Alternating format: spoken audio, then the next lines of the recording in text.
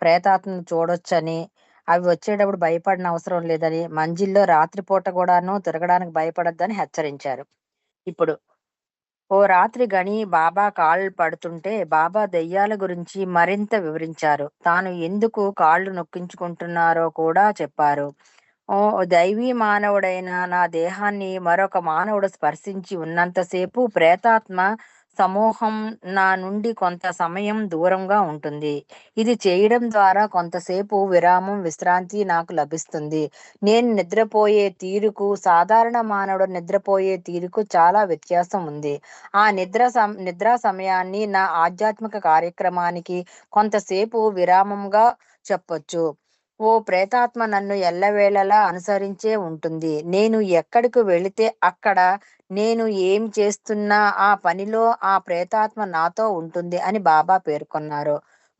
కొన్ని రాత్రుళ్ళు బాబా ఉన్న మేడపై భాగపు గది నుంచి వాళ్ళు నన్ను కొడుతున్నారు, వేధిస్తున్నారు అనే మాటలు వినబడేవి. అయితే ఈ మాటలు దెయ్యాలకు సంబంధించినవి మాత్రము కాదు.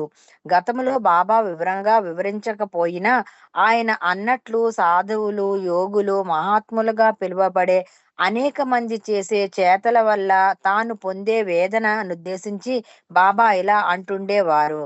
అక్టోబరులోను బాబా సదాశివ పటేల్‌ను సాకోరీలో ఉన్న ఉపాసనీ మహారాజు వద్దకు కొత్తగా ముద్రించిన మహారాజ్ ఫోటోలను, సాయిబాబా ఫోటోలను ఇచ్చి పంపారు. ఉపాసనీ మహారాజ్ జీవిత చరిత్ర కూడా ఉర్దూ, మరాఠీ, గుజరాతీల్లో ముద్రణకు సిద్ధముగా ఉందని మహారాజుకు తెలపవలసినదిగా సదాశివ్ పటేల్‌కు బాబా ఆదేశించారు. ఆ పుస్తకాల ముద్రణకు అయ్యే ఖర్చును పంపితే పుస్తకాలు అమ్మగా వచ్చే డబ్బు వారికే పంపుతామని కూడా చెప్పమన్నారు. ఈ మాటలు వింటూనే ఉపాసనీ మహారాజ్ ఆగ్రహంతో సదాశివ పటేల్ ద్వారా మేర్వాన్‌కు ఈ విధముగా సందేశం పంపించారు. నా జీవిత చరిత్ర ముద్రణకు అయ్యే ఖర్చు అంతా మెహర్వాన్ భరించాలి తప్ప నేను కాదు. నా జీవిత చరిత్ర ముద్రించిన పిదప ఆ పుస్తకాలు అమ్ముడు పోగా వచ్చే లాభంలోంచి 50% ముందుగా అడ్వాన్స్ రూపంలో నాకు అందించాలి. లాభంలో మిగిలిన సగభాగం మెహర్వాన్ ఉంచుకోవచ్చు. పుస్తకాలు అమ్మగా వచ్చే లాభంలో సగం నేను అతడికి వదిలిపెట్టడం చిన్న విషయమేమీ కాదు. సద్గురువు తన ఆధ్యాత్మిక విధి నిర్వహణలో విశ్వంపై దాని ప్రభావం ఎట్టిదో అంతర్గతముగా ఈ సద్గురువుల ఇద్దరు మధ్య జరుగుతున్న పనులేమిటో మానవ మాతృలకేమీ అర్థం కాదు. మహారాజు జీవిత చరిత్ర పుస్తకాల విక్రయానికి సంబంధించిన సందేశాల మార్పిడి సద్గురువుల ఇద్దరి మధ్య జరిగిన ఆధ్యాత్మిక కార్యక్రమంలో మేళవించిన దివ్య హాస్యంగా వర్ణించవచ్చు. ఉపాసనీ మహారాజ్ చరిత్రను ఉర్దూలో ముద్రించడానికి బాబా సన్నాహాలు ప్రారంభించారు. మెహర్ బాబా అజ్మీరులో ఉన్న రోజుల్లో రంజు, అబ్దుల్లాలు మరికొంతమంది మండలి వారిని తిరిగి వారి ఇండ్లకు పంపివేశారు. ఒకరోజు ఉదయం లోనావాలా రైల్వే స్టేషన్‌లో రంజు తన పాత స్నేహితుడైన ఉస్మాన్ సాహెబ్‌ను కలిశాడు. మాండ్య పర్యటన సమయంలో బాబాతో రంజును పరిచయం చేసిన ఈ ఉస్మాన్ సాహెబే. రంజు ఉస్మాన్‌ను ప్రేమతో పలకరించినప్పటికీ సాదీ గులిస్తాన్‌లో 2 లైన్ల పద్యాన్ని ఉటంకిస్తూ ఎత్తు పొడుపుగాను ఉపాసని ఇలా అన్నాడు: మరొక కాళ్ళతో స్వర్గానికి నడుచుకుంటూ వెళ్ళటం మరొకరి కాళ్ళతో స్వర్గానికి నడుచుకుంటూ వెళ్ళటం నిజంగా నరకయాతన కన్నా అధమం.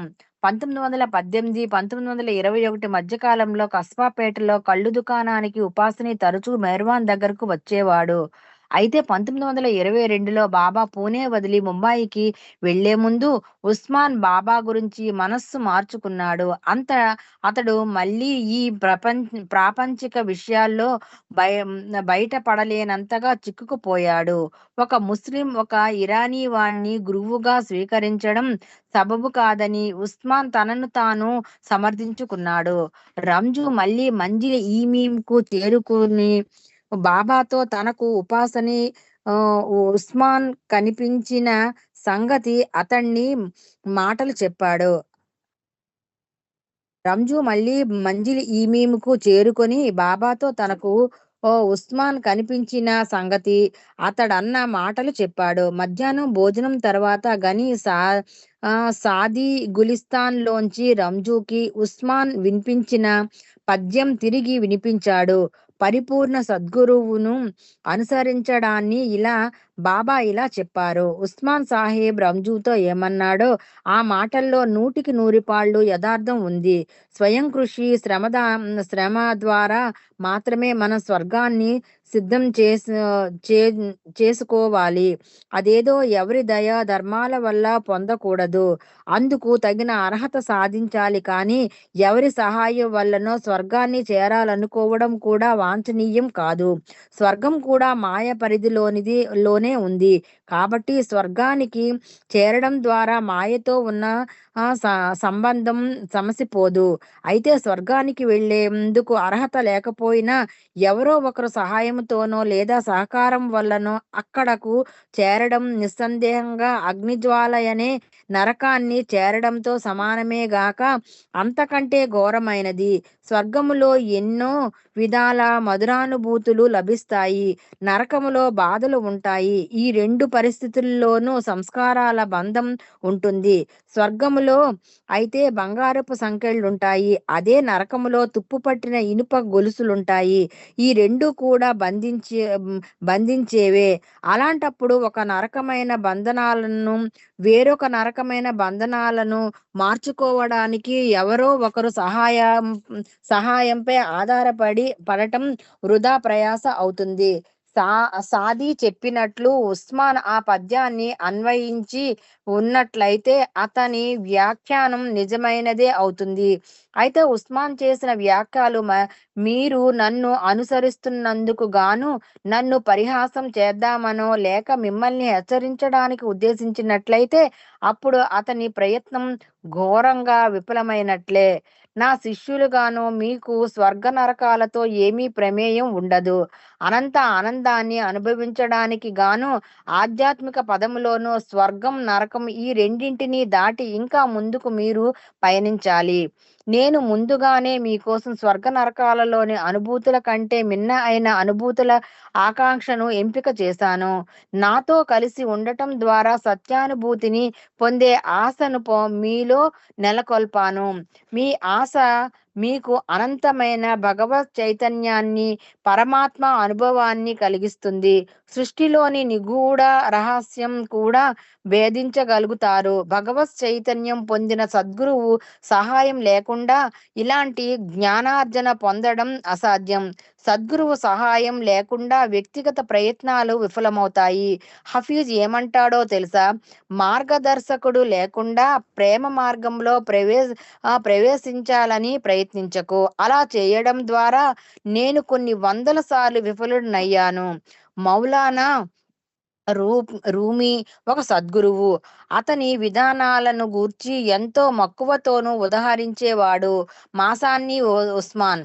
అతని ఉటంకించిన మౌలానా రూమీ మాటలు ఇలా ఉన్నాయి. మౌలానా రూమీ షామ్స్ ఈ తబ్రీజ్ యొక్క బానిసగా ఉండకపోయినట్లయితే అతడు ఎప్పటికీ సద్గురువు కాగలిగేవాడే కాదు. భగవంతుడి దరి చేరాలని కోరిక ఉన్నప్పుడు, తమ జీవిత అంతిమ లక్ష్యంగా భగవంతుడిని కనుగొనాలని ఉన్నప్పుడు అతడు స్వర్గ నరకాలలో దేనిని లక్ష్యపెట్టడు.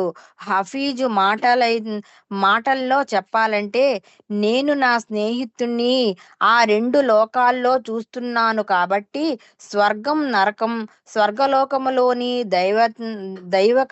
దేవకన్యలు ఇవేమీ నన్ను కలత పెట్టలేవు.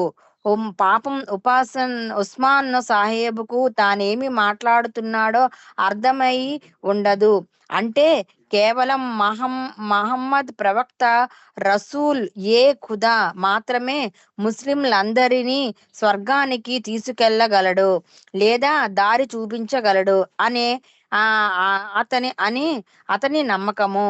అతని భావదారిద్ర్యాన్ని సూచిస్తుంది. ఉస్మాన్ చాలా నిస్సహాయుడుగాను కనిపిస్తున్నాడు. ఎలాగంటే సత్యాన్వేషణ కోసం ఎలాంటి ప్రయత్నం తాను చేయకుండా స్వర్గానికి తీసుకొని వెళ్ళే విషయంలో కూడాను భగవంతుడిపైనే భారాన్నంతాను మోపుతూ ఇంకొక వైపు మనంతట మనమే స్వర్గం చేరడానికి ప్రయత్నించాలి.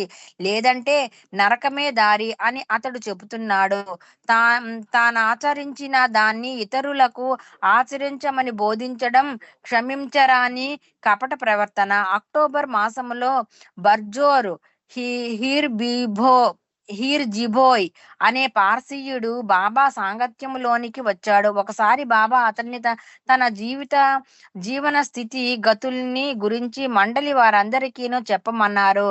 అతను పలు మతాలకు చెందిన విషయాలను మధ్య మధ్యలో ఉదహరిస్తూ అప్పుడప్పుడును కంటతడి పెడుతూ తన గురించి ఇలా చెప్పాడు. కొన్ని సంవత్సరాల క్రితం నేను ఇంజనీరుగా పనిచేస్తూ ఉండేవాడిని.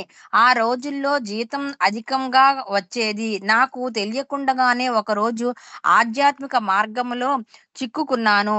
అది భగవంతుని కృపగా భావించాను. ఎంతో కృషి ఫలితముగా నేను భవిష్యత్తు గురించి ముందుగానే చెప్పగలిగే స్థాయికి చేరుకున్నాను. అంతేకాదు కొన్ని సందర్భాలలో నేను ఏదైనా భగవంతుని ప్రార్థిస్తే లేదా కోరుకుంటే అవి వెనువెంటనే నెరవేరే స్థితికి చేరుకున్నాను. నేను ఏమైనా కోరుకుంటే అగోచరుడైన భగవంతుడి నుండి ప్రస్ఫుటమైన ప్రతిస్పందనతోనూ నా కోరికలు నెరవేరేవి. ఈ రకంగా చాలా కాలం కొనసాగింది. భవిష్యత్తు గురించి చెబుతూ జూదంలోను స్టాక్ మార్కెట్లోను నూలు ధరలు ముందుగా చెప్పడం ద్వారాను నా అద్భుత శక్తులు దుర్వినియోగం పరుచుకున్నాను. తొలి రోజుల్లో ఈ మాదిరిగా జూదం భవిష్యవాణి చెప్పే విధంగాను చాలా లాభదాయకమైన వృత్తిగా చేపట్టాను. ఇక ఇంజనీరు పనిచేయడం వృధా అనిపించి ఆ ఉద్యోగం పూర్తిగా వదిలిపెట్టి భవిష్యవాణి పైన నా దృష్టిని కేంద్రీకరించాను. భయంకరంగా నేనెన్నడూనూ ఊహించని రీతిలో కళ్ళు తుడుచుకుంటూ ఈ భగవత్ శక్తి అకస్మాత్తుగా అదృశ్యమైపోయింది అని వెక్కి వెక్కి ఏడుస్తూ చెప్పాను. ప్రస్తుతం ఎంత కష్టపడినా తిరిగి ఆ స్థితికి చేరుకోలేకపోతున్నాను. రాత్రి పగలు కన్నీటి ధారగా రోదిస్తున్నాను. కానీ అతడు అంటే భగవంతుడు మాత్రమే స్పందించడం లేదు. ఇదివరలోనూ నా ప్రార్థన ద్వారా వస్తురూపేణ లబ్ధి పొందేవాడిని. ఇప్పుడు అలాంటి ప్రయోజనాన్ని ఆశించడం పూర్తిగా మానుకున్నాను. ప్రార్థన ద్వారా నా ఆంతరంగిక ఆయన సాన్నిధ్యాన్ని ఎంతో గాఢంగానో అనుభవిస్తూ ఎంతటి దివ్యానందాన్ని పొందేవాడినో నా మాటల్లో వర్ణించలేను. అయితే భవిష్యత్తులో ఏం జరుగుతుందో చెప్పగలిగే శక్తి మాత్రం నాకు లేకపోయినప్పటికీ సామాన్య మానవుడు చూడలేని పొందలేని స్థితి ఇంకా నాకు ఉంది. కాబట్టి మెహర్ బాబా గురించి నాకు ఎలాంటి పరిచయ వాక్యాలు ఆయన గురించి వివరణలు ఇవ్వాల్సిన అవసరం లేదు.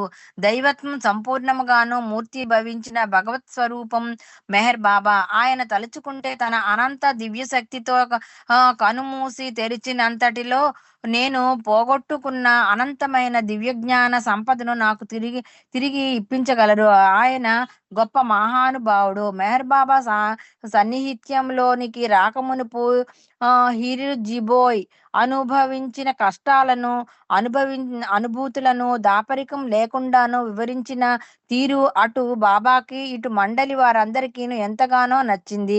ఒకరోజు బాబా కోసం ఖాన్ సాహెబ్ యొక్క పాత కారును కొనుగోలు చేద్దామని నావల్ తలాతి అన్నాడు.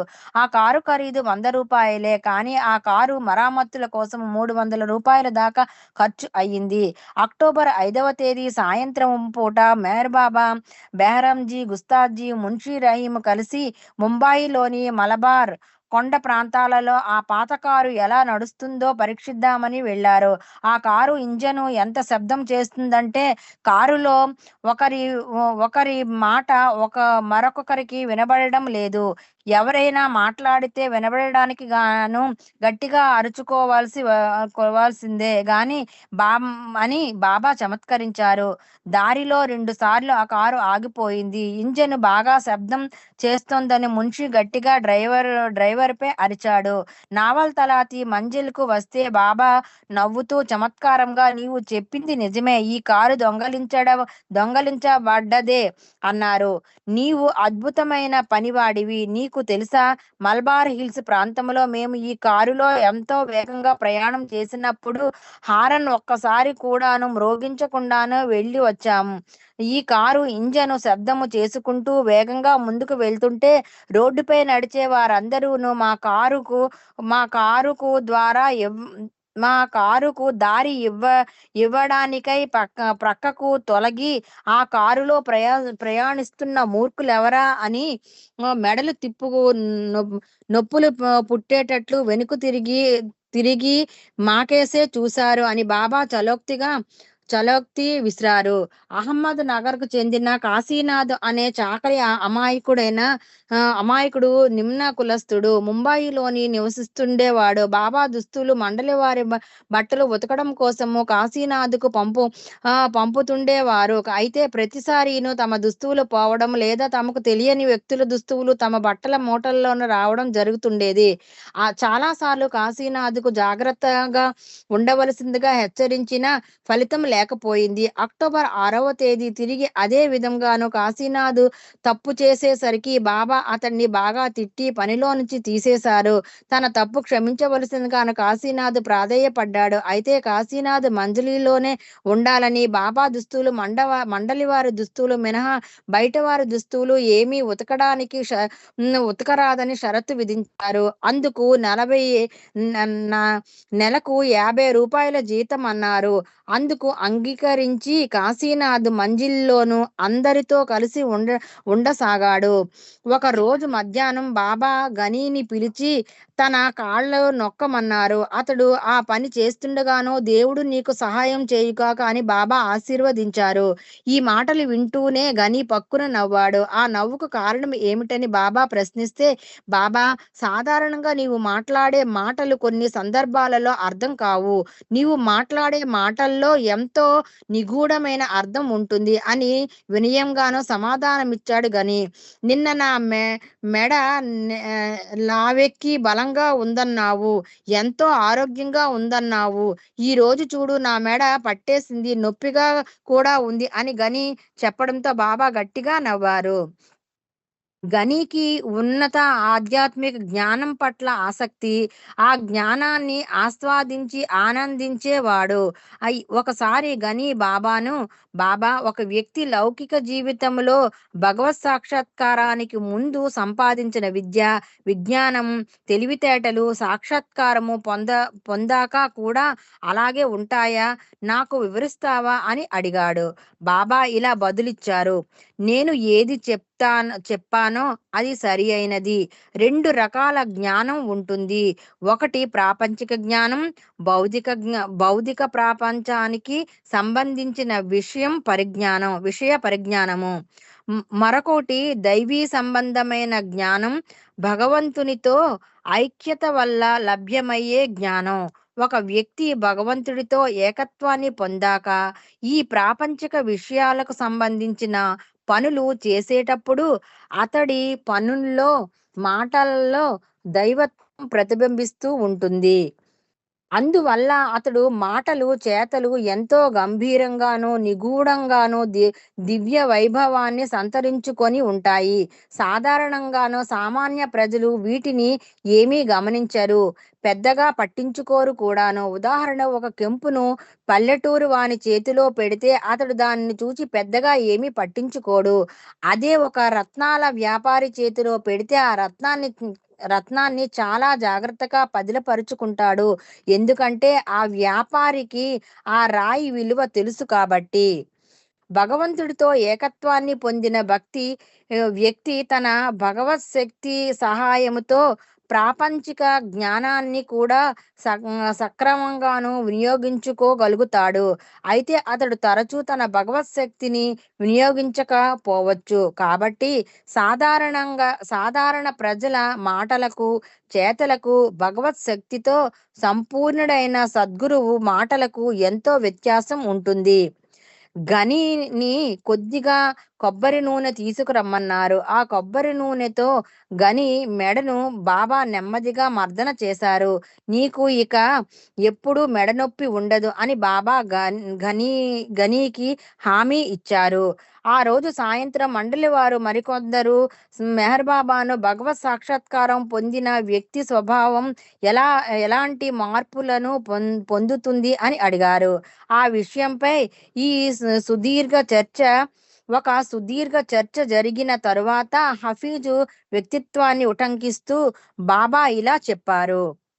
భగవత్ సాక్షాత్కారం పొందాక కూడా ఒక వ్యక్తి యొక్క నడవడిక మామూలుగానే ఉన్నా భిన్నంగా ఉంటుంది. సాధారణ మానవ స్థితిలో అతడి కోపం, ద్వేషం, కఠిన భాషం, ప్రవర్తన ఇవన్నీ అతని అహంకారం మూలంగానూ వ్యక్తమవుతుంటాయి.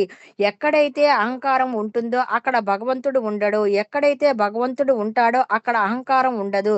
సద్గురువు మాటలు, చేష్టలు అహంకార రహితంగానూ ఉంటాయి. కానీ అతడు ప్రత్యేక నడవడి వ్యక్తిత్వం భగవత్ సాక్షాత్కారం లభించాక కూడాను గతంలో మాదిరిగానే ఉంటాయి. అయితే కొన్ని సందర్భాల్లో సద్గురువు ప్రకటించే ఆగ్రహం వాటిని అనుభవించే వారికి ఎంతో లాభదాయకంగా ఉంటుంది. ఇదే బాబా హఫీజ్ తన కవితల్లో ఇలా చెప్పాడు. అవతార్ మెహర్ బాబాకి జై. 439 పేజీ అయ్యింది. రేపు 440 స్టార్ట్ చేయాలి. జై బాబా. థ్యాంక్ యూ బాబా. జై బాబా అక్క, జై బాబా. చాలా చక్కగా